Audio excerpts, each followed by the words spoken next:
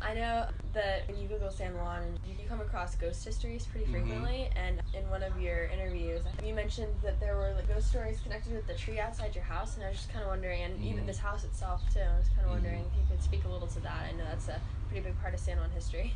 There's a story about the tree there, and they call her the Llorona, which is a Spanish term for meaning the ghost lady, and the tree is hollow, and it's been hollow.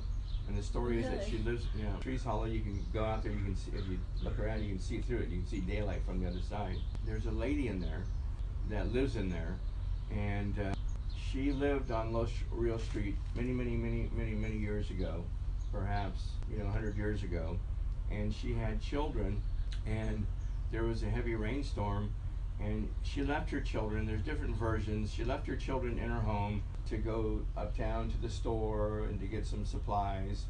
The other story is that she came uptown and she hung out and was dancing and drinking and having some frivolous times.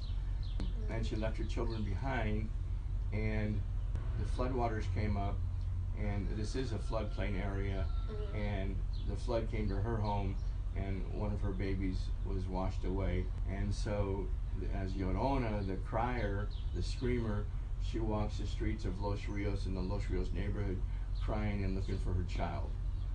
And that's the story about Llorona in a very brief sense.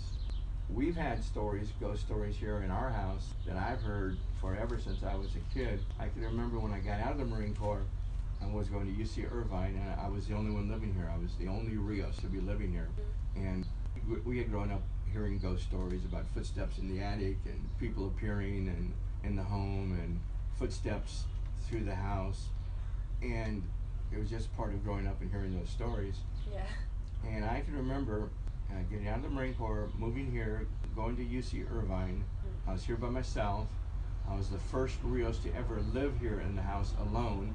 There was always, mothers and fathers and grandparents and cousins, but at that particular time, which would have been 1970, I was alone in the house, and my aunts would come and visit me. Aunt Dell and Aunt Florence occasionally would come visit me, and I can remember walking out. I could hear a car driving the driveway, and I was in here studying, and I'd come out to meet them and greet them. Say, hi, Aunt Dell, hi, Aunt Florence.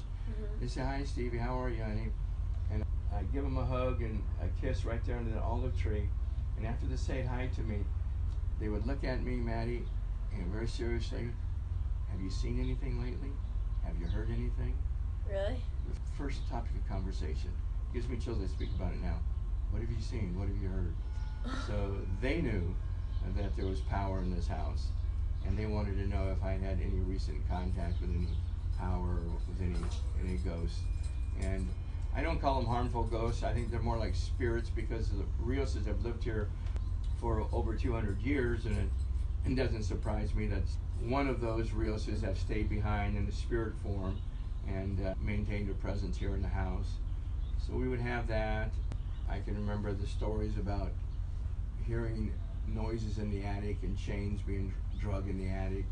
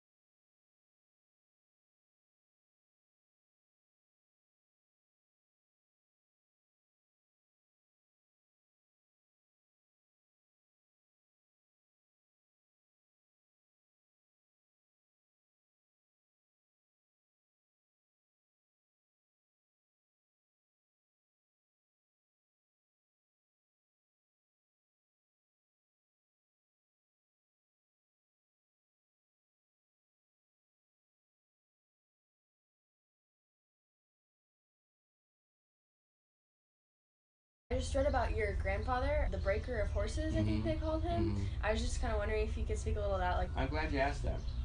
My tata's name was Damian Cosmos Rios, and he had a couple of nicknames, Amansador, like AMANCE DOR, and that was a Spanish nickname, Amansador, and he had another Indian nickname called Mochenai. And Amansador, the translation that I understood it has been passed down to me, is that he's the breaker of horses, or the liberator of horses, and it has to do if it's changing spirit or behavior of something. And so they called him a Mansador, and he was a very famous horse trainer, and he was an Indian cowboy. He was a vaquero, caballero. As I told you, he would always be gone, and that's why my nana had to do what she had to do, because he was gone 9 months of the year. He'd come home 2 or 3 times a year, bring whatever his earnings were and give it to her. But later in his life, when he stopped cowboying around so much, but he did ride here on the hills, and he'd ride the hills here. He worked for the ranch, but he went such skill with horses that he was able to train horses and to train them how to be good cow ponies, how to be good Western riding horses. For cowboys, he used them for cowboying, but also he was known to train polo ponies because he was so skillful. And the story is that there was even those people in England who wanted to have their horses trained to be good polo ponies and to learn how to be commanded just by special moves of the rider of the horse while they're playing polo, that they would send the horses to my grandfather. So he would train horses, cowboys. He would train horses for noble people in England who wanted to ride polo tournaments. Yeah. And they'd ship them here. They'd put them on a ship and they'd ship them around the Horn, and they would come down. He'd train them for a few months and then ship them back. He rode in the 1910 Rose Parade with a bunch of other California Indian